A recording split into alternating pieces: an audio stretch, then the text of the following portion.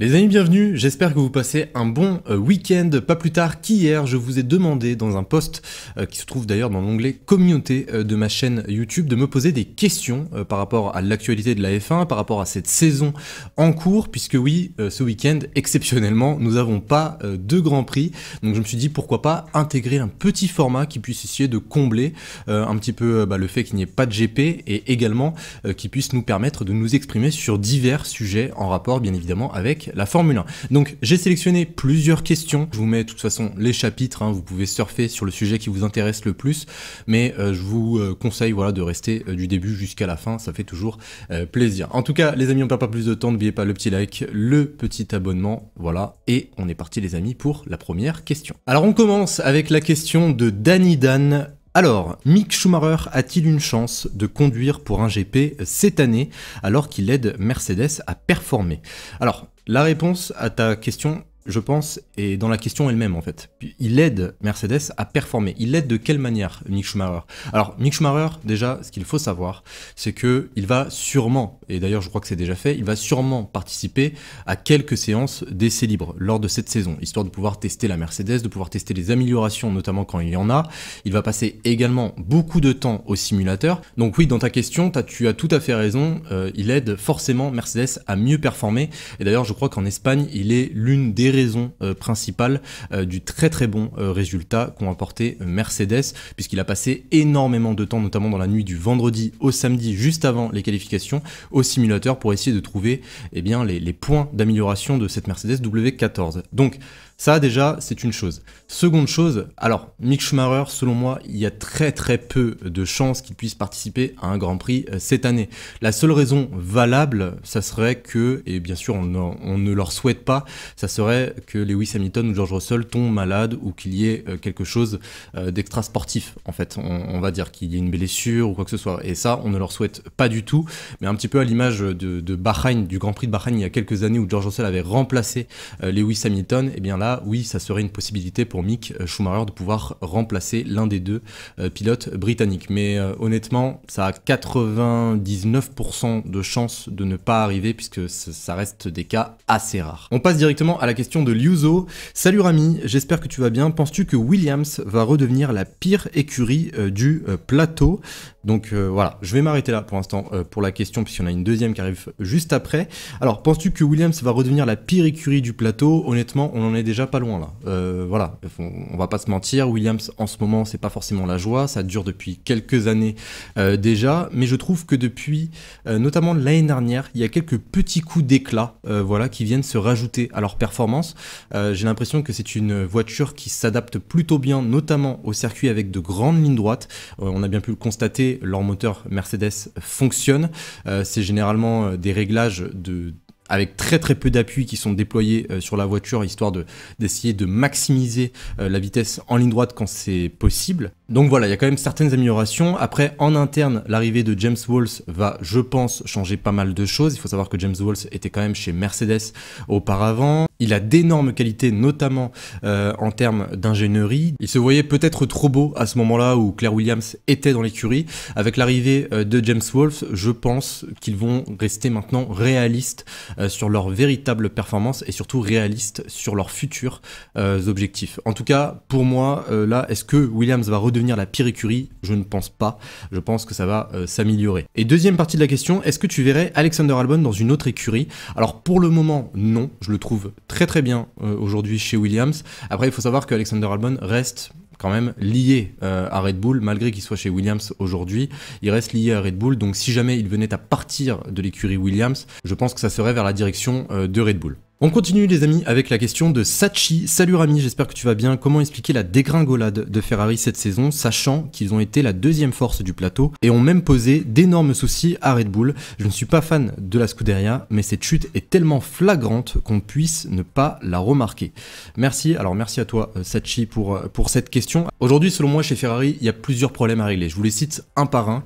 Alors déjà, il y a un problème en interne. Avec l'arrivée de Frédéric Vasseur, les choses ne se sont pas améliorées. Pourquoi? Car Frédéric Vasseur ne peut pas gérer une écurie à lui tout seul. Et en plus, on avait encore certaines personnes de l'ère Mattia Binotto qui n'étaient toujours pas parties, comme par exemple Laurent Mekies, qui ne sera plus là l'année prochaine, mais qui est toujours présent aujourd'hui au sein de la Scuderia Ferrari. Donc Frédéric Vasseur essaye d'arranger l'organisation de son écurie comme il le peut, mais c'est difficile de faire partir des cadres qui étaient là depuis un certain temps chez Ferrari, et tant que ces personnes ne seront pas parties et que d'autres personnes n'arriveront pas, eh bien malheureusement je ne vais pas forcément voir une amélioration directe aux performances de Ferrari. Donc ça c'est un premier problème, ça c'est le problème en interne.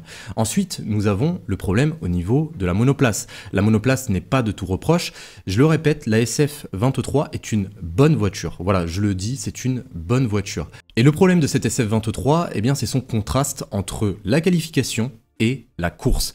En qualification, c'est une voiture qui peut jouer la pole position. Et en course, c'est une voiture qui n'arrive pratiquement plus à jouer les podiums, alors que l'année dernière, en début de saison, eh bien, ça pouvait jouer la victoire face à Red Bull. Et là, vous allez me demander, mais Rami, pourquoi est-ce qu'il y a ce contraste entre la qualif et la course? Eh bien, ça résulte, selon moi, du même problème que Ferrari avait l'année dernière. C'est par rapport à la gestion des gommes. Comment cette voiture va gérer les pneumatiques?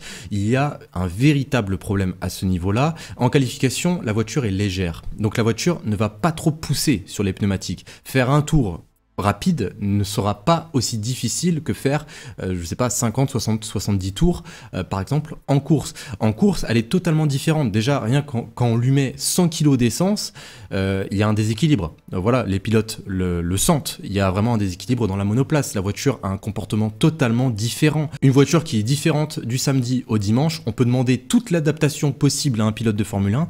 Ça risque d'être très très difficile pour lui. Il va falloir que le pilote s'adapte. Il va falloir également que le pilote puisse essayer d'aller chercher les limites de cette monoplace quand il en a la possibilité et sans pour autant faire d'erreur. Voilà, ce qui est très très difficile. On peut bien le constater notamment avec Charles Leclerc. C'est d'ailleurs pour cela, selon moi, que Carlos Sainz est un petit peu plus constant que Charles Leclerc en course, puisque Charles Leclerc est un pilote qui va chercher la limite. Et tant que ce problème ne sera pas réglé, eh bien ils savent très bien que le comportement de cette monoplace se déséquilibre entre le samedi et le dimanche ne pourra jamais satisfaire les pilotes et surtout Charles Leclerc qui a largement le talent de pouvoir un jour devenir champion du monde. Donc je te remercie pour ta question et je passe tout de suite à la question de Jérémy Bourlet, toujours en rapport avec Ferrari. Est-ce que si les 2 prochains GP ne fonctionnent pas, Ferrari vont réserver leurs moyens pour l'année prochaine comme ils le prétendent? Alors il parle après ensuite de Mercedes, d'Aston, d'Alpine et de McLaren. Déjà par rapport à Ferrari, il faut tout d'abord savoir que la Ferrari de 2024 est déjà en développement. Voilà, ils sont déjà sur le développement de cette Ferrari. J'espère de tout cœur qu'ils vont apprendre de leurs erreurs par rapport à cette SF23 pour ne pas lui donner, en tout cas c'est l'ADN de cette voiture dans leur future voiture. Donc voilà, ils sont déjà en train de travailler dessus et je pense, et j'imagine que là le Grand Prix d'Espagne leur a mis un électrochoc et qu'ils vont vraiment se bouger en termes de développement. Mercedes peuvent-ils rattraper Red Bull en termes de performance? Honnêtement, je ne pense pas cette année, mais pourquoi pas l'année prochaine. Là, on a bien pu le constater, en Espagne, ça fonctionne bien et ça reste encore une fois à confirmer au Canada. Mais j'imagine que oui, Mercedes, ça reste Mercedes. En termes de développement, ils prennent généralement les bonnes décisions et ils arrivent forcément à revenir en arrière quand ils ont compris qu'ils n'avaient pas pris la bonne décision, comme par exemple avec l'idée des Aeropods. Là, pour le coup, j'imagine que s'ils continuent dans cette voie, ils pourront forcément à un moment donné rattraper Red Bull.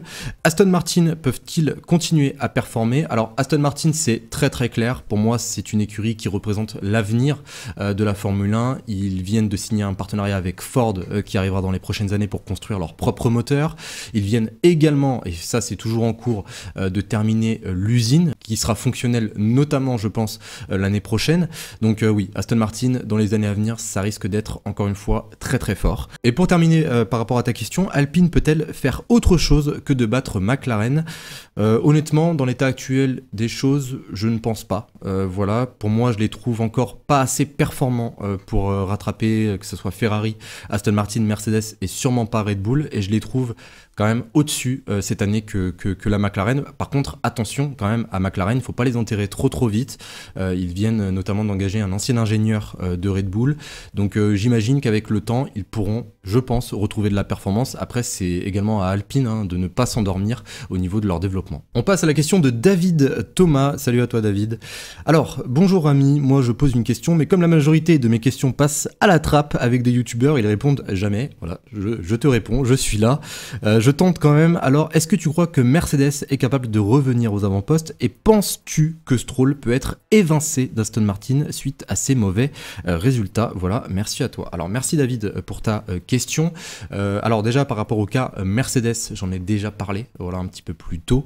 Vous savez déjà ce que j'en pense. Je pense qu'ils vont revenir très fort dans les futures semaines, dans les futurs mois. Le développement est en cours, donc pas de panique chez Mercedes. Là, pour l'instant, selon moi, la dernière chose qu'il faut absolument faire chez Mercedes, c'est notamment re-signer Lewis Hamilton, puisque Lewis Hamilton est pour moi, est une carte maîtresse. Je trouve qu'on ne se rend pas forcément assez compte de l'impact qu'a Lewis Hamilton chez Mercedes aujourd'hui.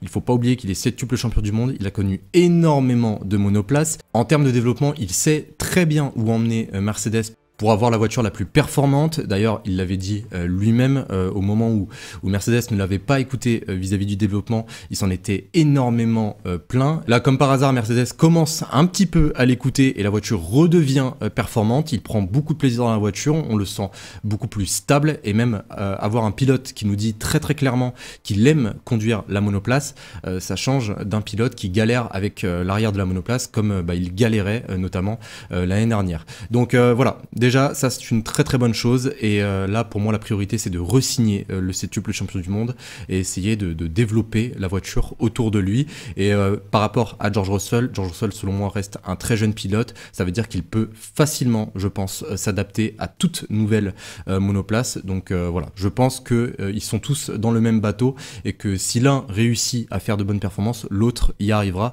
forcément. Et pour terminer, est-ce que Stroll peut être évincé d'Aston Martin? Alors honnêtement, je ne pense pas, à moins qu'il y ait un énorme désaccord entre lui et son père. Je ne le vois pas du tout se faire virer d'Aston Martin. Par contre, quitter par lui-même Aston Martin, oui, là ça pourrait être une éventualité. Si jamais, par exemple, on ne sait jamais, voilà, dans un monde parallèle, une autre écurie proposerait un contrat à Lance Stroll et une autre écurie plus performante que la Aston Martin,